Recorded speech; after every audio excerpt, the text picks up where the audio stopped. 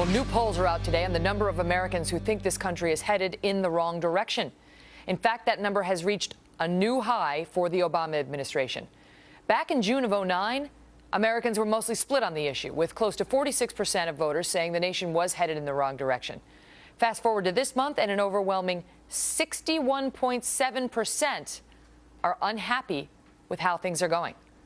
Leslie Marshall is a syndicated radio talk show host and a Fox News contributor. Leslie, thanks so much for being here.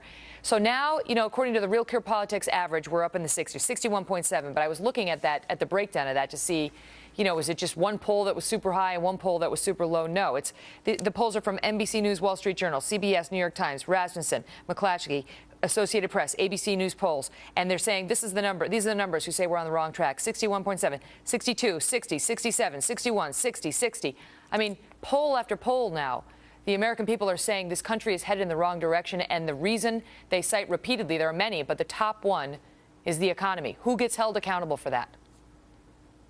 Well, according to the American people, they're holding the president accountable. Obviously, they're holding Congress accountable, but they're not looking at who really originally was accountable. When it takes 8 years or even longer for an economy to end up in the position that we are today, they can't, in all reality, expect it to turn around in a year and a half, 2 years. But that's what the American people want. Look, I'm one of the most impatient people alive, and I understand that impatience. But that's what's occurring right now, Megyn, is the people aren't feeling the economic turnaround, where the facts show, although slowly, as the president stated, we are making progress. But more and more the people are, according to these polls, the more and more the people are actually not blaming President Bush.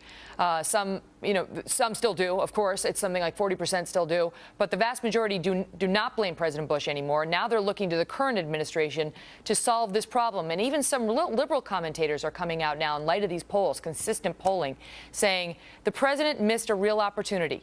He was elected, he had coattails, and instead of focusing on a bleeding economy, top priority, he got distracted with health care. He sent more troops to Afghanistan, which the left has criticized him for. And now, according to some on the left, he's endangered his party come the midterm elections. Well, first of all, November's a long way off, as you know, Megyn. When it comes to politics, a couple of weeks can be like a year. I certainly don't think the fat lady's ready to sing on Democrats or Republicans, for that matter.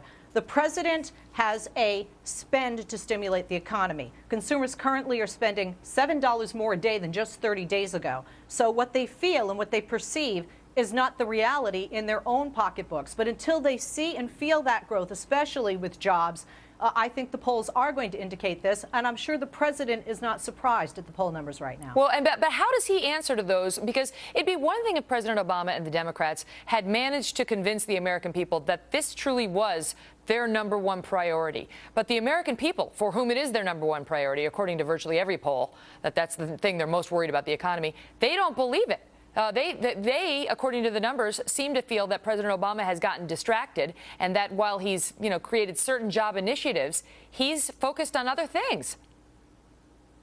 I would disagree with that. Although, I am one of the American people, I disagree with that because the president, yes, BP, oil, and the spill and the cleanup, and that goes hand in hand with some economic issues have to be focused on. But the economy is not off of his plate. He has always said, he maintains, and everything he said is proven to be true.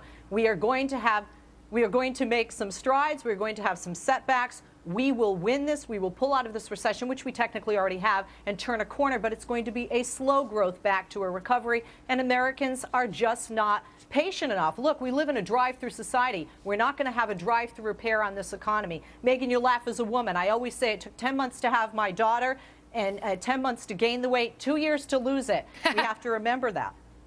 Yeah, sadly, that's very true for most women who become pregnant, and maybe it's true for this administration as well. But listen, this is according to a piece in the New York Times today, an opinion piece. They say that 15 million Americans right now are unemployed, and that actually is not the real number. The real number is higher than that. They say assuming no future economic setbacks, that's a big assumption, and job creation at a rate of 200,000 a month, which is also a huge assumption. Because we only had 41,000 created last month in the private sector. But assuming we could do 200,000 a month, it would take more than a decade to get us back to the jobless number of 2007, more than a decade. You could argue that no matter who was in the Oval Office, they'd be tarred by that because if it's going to take 10 years to get us out of this, it's going to take some politician a long time to persuade Americans that he's doing all he can.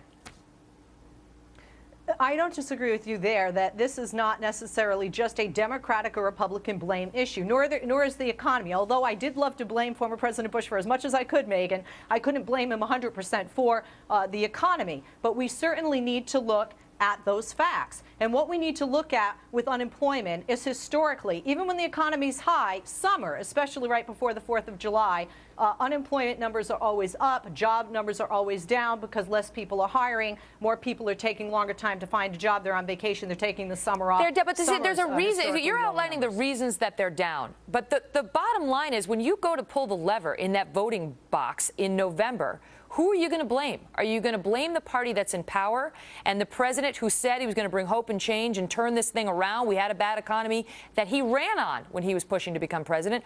Or are you going to blame the minority party? When I push the lever, I am going to push the lever for the individual that is going to follow through on the plan to an economic recovery. That might mean incumbent, it may not.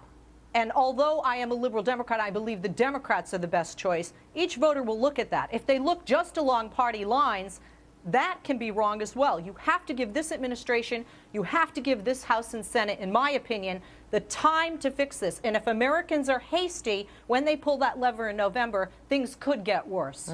Well, we'll be watching. Hopefully it is November, nice and far off, because it's a big birthday facing MK come November 18th. All right, Leslie. Thank you very much.